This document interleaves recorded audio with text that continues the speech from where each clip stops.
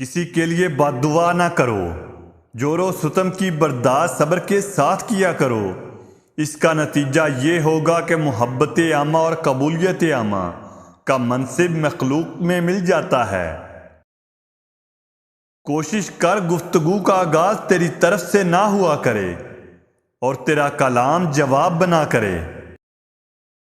دنیا کی محبت سے اللہ خاصانِ خدا کو دیکھنے والی آنکھ اندھی رہتی ہے۔ اپنے مالک آستانے پر ڈٹے رہو، صبر رکھو، بے صبری سے بچو۔ اپنی روزی کا بوجھ کسی مخلوق پر نہ ڈالو، اللہ پر بھروسہ رکھو۔ عقل پہلے قلب سے پوچھتا ہے اور پھر منہ سے بولتا ہے۔ گم نامی کو پسند کر کہ اس میں ناموری کی نسبت بڑا امن ہے۔ تیرا کلام بتا دے گا کہ تیرے دل میں کیا ہے۔ تیرے سب سے بڑے دشمن تیرے ہم نشین ہیں۔ مومن جس قدر بوڑھا ہوتا ہے اس کا ایمان اس قدر مضبوط ہوتا ہے۔ کسی کی دشمنی اور کینہ کے خیال میں ایک رات بھی مت گزار۔ جب تک تیرا اترنا اور غصہ کرنا باقی ہے اپنے آپ کو اہل علم میں شمار نہ کر۔ مصیبت کو چھپا، قرب حق نصیب ہوگا۔ اپنے اندر یہ صرف چیزیں پیدا کر لو، اللہ کے قریب ہو جاؤ گے۔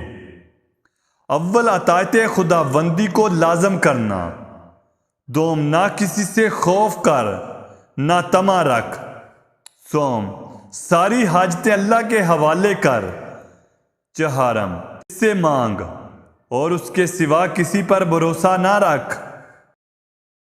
تم مشغول ہو ایسی چیزوں کو جمع کرنے میں جنہیں کھا نہ سکو گے، آرزو رکھتے ہو ایسی چیزوں کی جن کو پا نہ سکو گے، تعمیر کرتے ہو ایسے مکان جن میں بس نہ سکو گے۔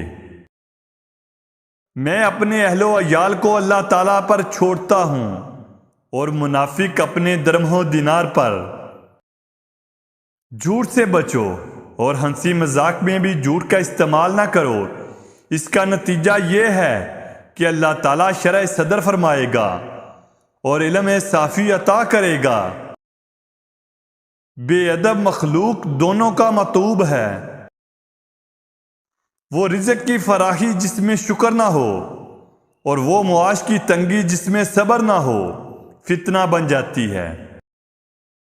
تمام نیکیوں کا مجموعہ علم عمل کرنا اور پھر اوروں کو سکھانا ہے۔ اپلوڈز کی نوٹیفیکیشن حاصل کرنے کے لیے ہمارے چینل کو سبسکرائب کریں اور ساتھ میں دیے گئے بیل آئیکن کو پریس کریں۔